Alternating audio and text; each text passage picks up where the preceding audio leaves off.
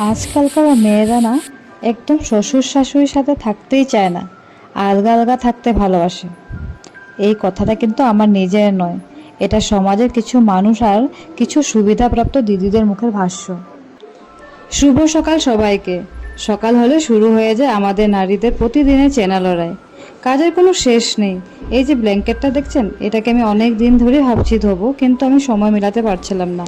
প্রতিটা ঘরেই কোনো না কোনো নারী এইভাবে সকালটা শুরু করে, কিন্তু আজ কাজ করতে করতে মনে হলো আপনাদের সাথে এমন কিছু মনের কথা শেয়ার করি যা শত শত নারী প্রতিদিন সয়ে যায় কিন্তু মুখ ফুটে বলতে পারে না।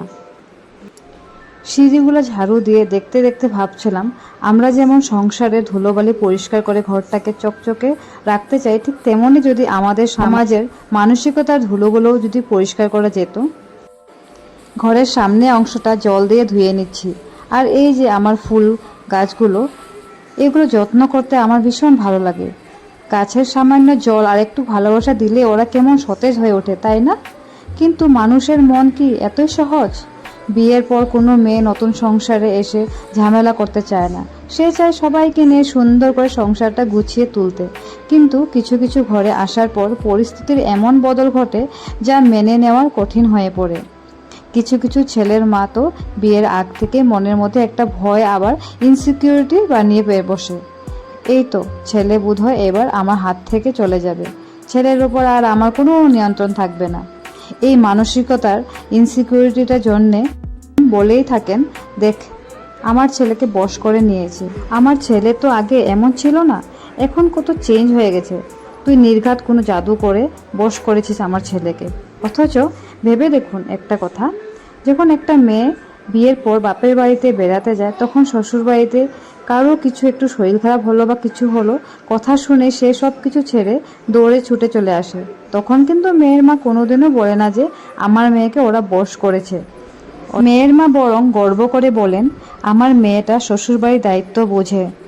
তাহলে ছেলের মায়েরা কেন একটু ভালোবাসা দেখলে ভাবেন যে ছেলেকে বশ করা হয়েছে? আবার কিছু পরিবারে বাচ্চা জন্মের মতো সংবেদনশীল সময়েও পাশে একটু সহানুভূতিও পাওয়া যায় না। আবার বাইরে বানিয়ে বানিয়ে বদনাম করে বৌমাকে সবার চোখে খারাপ বানিয়ে দেওয়া হয়। আর তখন সেই নির্যাতনার সীমা যখন পার হয়ে যায়, তখন ছেলেটাও কিন্তু বোঝে। ছেলেরও তো একটা বুদ্ধি বিবেচনা আছে। একটা ছেলে কখনো নিজের মাকে খারাপ ভাবতে চায় না। মা তো মাই থাকে, কিন্তু চোখের সামনে নিজের স্ত্রীর উপর এমন অত্যাচার দেখে আর ও সংসারের এই দূরত্ব যে বাড়ে, এটা আর সহ্য করতে পারে না। কেবল বৌমা একার সিদ্ধান্ত, কিন্তু কেউ আলাদা হয় না। স্বামী স্ত্রী দুজনে মিলে বাধ্য হয়ে নিজের সংসারটা বাঁচানোর জন্য এরকম করে আলাদা হয়ে ওরা থাকার সিদ্ধান্ত নেয়।